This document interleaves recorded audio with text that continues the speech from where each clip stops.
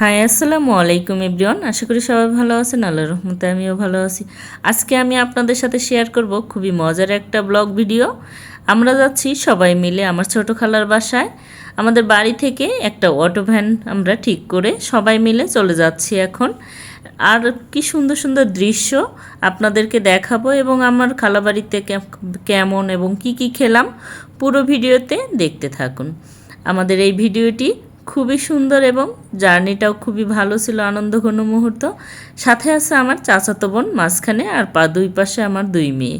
সামনে আমার আব্বা বসে আছে আর আমরা দুই মা মেয়ে, আমি আর আমার আম্মু পিছনে বসে আছে। আমাদের এলাকার এমনই অটো ভ্যানেজ করে সবাই যাতায়াত করে, তাই আমরাও একটা অটো ভ্যান গাড়ি নিয়েছি, কারণ এইখানে বেশিরভাগ মানুষ এই যানবাহনেই চলাফেরা করে।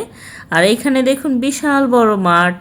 এই মাঠগুলোতে কিছুদিন আগে ছিল ধানগুলো কেটে সবাই ঘরে তুলে ফেলছে। এখন বর্ষাকাল, বৃষ্টি হচ্ছে, আমরা কিন্তু বৃষ্টি গুড়ি গুড়ি পড়ছে তার মধ্যে দিয়েই যাচ্ছি সবাই মিলে, গল্প করে আনন্দ করে আর সুন্দর সুন্দর দৃশ্য দেখে। অনেক দিন পরে এমন শহর থেকে দূরে আমাদের গ্রামের এলাকার দৃশ্যগুলো কিন্তু খুবই ভালো লাগে। আমার মেয়েরাও এনজয় করছে এবং আমিও উপভোগ করতেছি। এই ভিডিওতে আপনাদেরকেও দেখাবো এত সুন্দর দৃশ্য আমাদের এলাকার।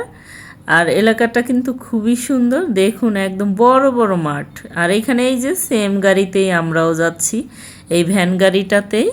এরকম সবাই যাতায়াত করে, কারণ এই এলাকার মেন যানবাহনই হচ্ছে এটা। আছে অটো যেগুলি হচ্ছে ইজি বাইক বা বিভিন্ন টাইপেরগুলো আছে, তবে মেন হচ্ছে এই ভ্যান গাড়িতেই সবাই বেশিরভাগ মানুষ লোকাল যাতায়াত করে। তাই আমরাও এটাতে যাচ্ছি, বাড়ির কাছাকাছি আসছি প্রায়। আর এখন এই যে একটা নদী, এই নদীটা হচ্ছে আমার খালার বাড়ির কাছ দিয়েই বয়ে গেছে। এই নদীর নাম হচ্ছে সোনাভরি নদী, তবে আমাদের বাড়ির কাছে যে নদীটা আছে সেটার নাম জিঞ্জিরাম। আমাদের ওইখানে এই নদীগুলো দিয়েই আঁকা বাঁকা বয়ে গিয়েছে।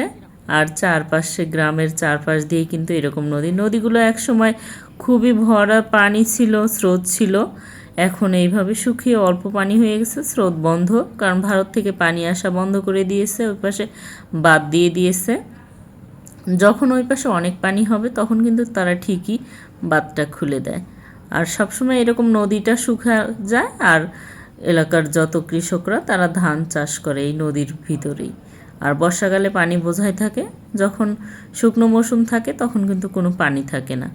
আর এই যে আমরা সবাই মিলে একসাথে, আমি আর আম্মু পিছনে বসছি, সামনে আব্বা বসছে, আর আমার দুই মেয়ে আর আমার চাচাতো বোন, এর একসাথে কিন্তু আমরা যাচ্ছি। আর ওরা এই ভ্যানে চড়ে কিন্তু বেশিরভাগ মজা পায়, তাই ওরা ইজি বাইক চললেও বলে যে না আম্মু এটাতেই চড়াই ভালো, কারণ এতে খোলা আকাশ থাকে উপরে আর দেখতে ভালো লাগে, যা চারপাশে দেখা যায়।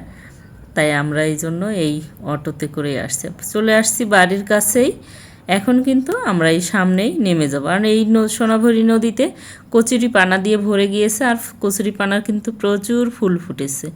আর এই যে এখন আমরা এইখানেই নেমে যাব। এই যে আরেকজন যাচ্ছে ভ্যানে, এই যে আমার আব্বা ভ্যানওয়ালাকে টাকা দিয়ে বিদায় দিয়ে দিল। আর এখন আমরা সবাই মিলে যাব আমার খালার বাসায়। এই পাশ দিয়ে নদীতে দেখুন সবুজ একদম কচুরি পানাতে ভরা। আর সবাই আগে, আমার ছোটো মেয়ে লিয়া ও সবার সামনে, আর এই যে আমার বড় মেয়ে পিছনে। এই বাড়ির কাছে এসে গেছি আমরা বাড়ির উঠানের ভিতরে। আমার ছোটো খালা কিন্তু খুবই খুশি হয়েছে আমরা আসাতে। আমার খালুও অনেক দিন থেকে আসতে বলে, আমার খালু প্রায়ই ফোন করে করে বলে আমার মেয়েদেরকে দেখায় নিয়ে যেতে। আমার মেয়েদেরকে বলে নানু বাড়ি আসবে না, নানুকে দেখতে আসো, তাই দাওয়াত দেয় প্রায়ই। তাই আজকে ভাবলাম আমরা সবাই যাব। এই যে এসে বসে গেছে ফ্যান দিয়ে, তারা টিভি দেখবে এখন বসে বসে। আর এই যে ঘরটাও একটু ঘুরিয়ে দেখাচ্ছি। আর পাশের রুমটাতে আমার সেই ছোট খালার একটা ছোট ছেলে আছে, সে গল্প করতেছে, তার সাথেও আমি কথা বললাম। আর এসেই দেখি এই এমন মচমচা গরম গরম তেলের পিঠা। এই পিঠাটা আপনারা কী নামে বলেন তাও জানাবেন।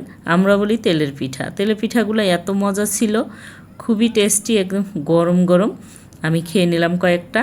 আর এবার ঘরের সামনে ছোট ছোট কয়েকটা আম গাছ লাগিয়েছে, প্রচুর আম ধরেছে, আমগুলো অনেক মিষ্টি। এই আমগুলো কিন্তু আমাদেরকে কেটে খাইয়েছে। এই যে দেখুন একদম কি রসালো আম, খুবই মিষ্টি। আর গাছে অনেক ডালিম ধরেছে, ডালিমগুলোও খেয়েছি, কিন্তু ডালিমগুলোও অনেক মিষ্টি ছিল। আমার খালু আমাদেরকে এগুলি পেরে একদম কেটে আমাদের সবাইকেই খাইয়েছে। খুবই ভালো লাগছে আমাদের এই আমার খালুর বাসায় এসে। আপনারা সবাই দোয়া করবেন তাদের জন্য। আর কি কি রান্না করেছে তাও দেখাবো।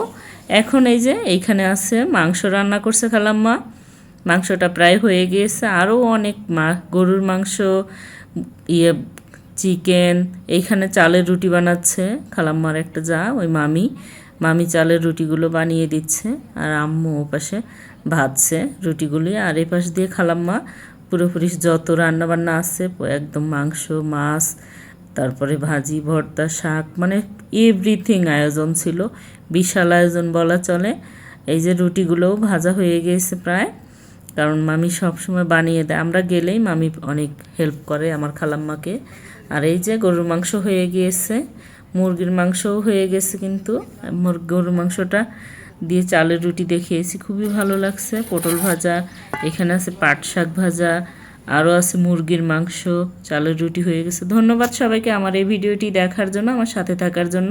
Thanks for watching. আল্লাহ হাফেজ।